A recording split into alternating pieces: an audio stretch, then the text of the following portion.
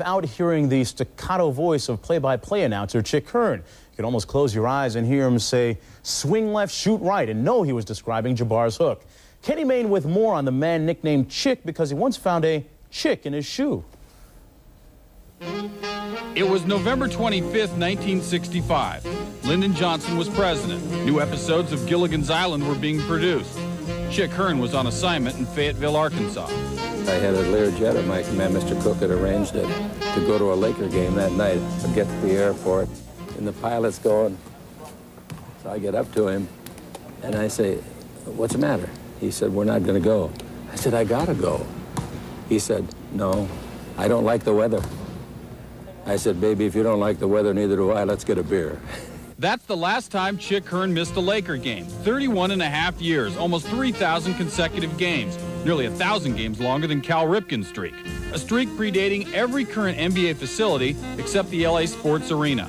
This man is an institution. When you talk about basketball, you talk about the Lakers, the first thing you always talk about is Chick Hearn. Some of the younger guys will come in, they may not know some of the older players that have been around or that have been retired or whatever the case may be, but they all know Chick. He's like a father to all of us who have played for the Lakers.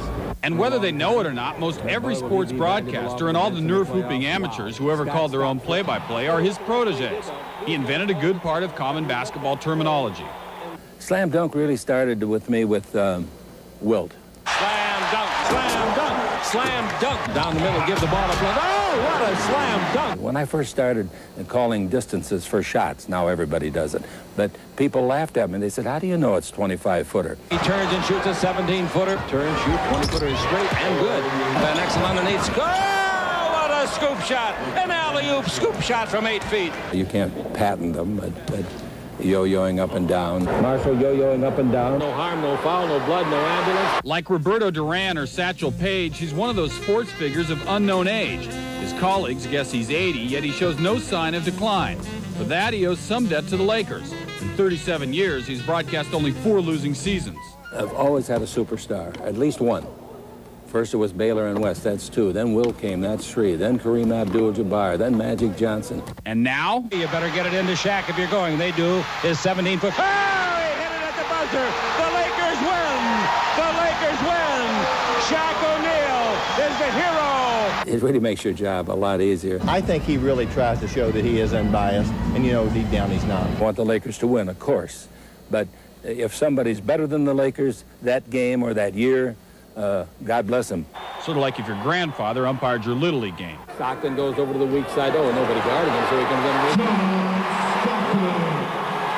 Wow. This is verging on embarrassment. But he's not flawless. Earlier this season, Hearn made what was perceived to be a racially insensitive comment when he said that the Clippers' Bo Outlaw had hung on the rim long enough to eat a banana. I cried. I literally cried, tears. I had 2 letters on it and 3 phone calls. That's 5 out of millions. No, but that doesn't make it forgivable.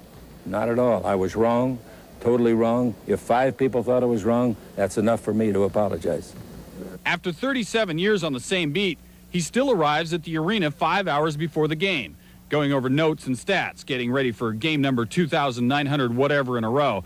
This one a generic late-season encounter with Golden State. That's short by a foot, and the crowd goes nuts in derision. On this night, he'll ride the late-night charter, and the next, do it all over again in Utah, where he'll show up early, study his notes, and warm up in solitude. Right-hand hook from 2 feet, it's no good, and the rebound is off to Karl Malone. We got a 0-0 ball game here in the opening minutes of the contest, and this crowd of some 18,000 fans going crazy with excitement. Oh, I love it. I love it. I can't wait for the tip-off tonight. In a sports world of ever-diminishing charm, where old arenas are declared obsolete, where expansion has diluted the talent pool, Hearn remains a constant. The grind of an NBA schedule invites apathy. Hearn rejects it. Listening to Chick Hearn is one of the last great NBA traditions. He started fans listening to basketball.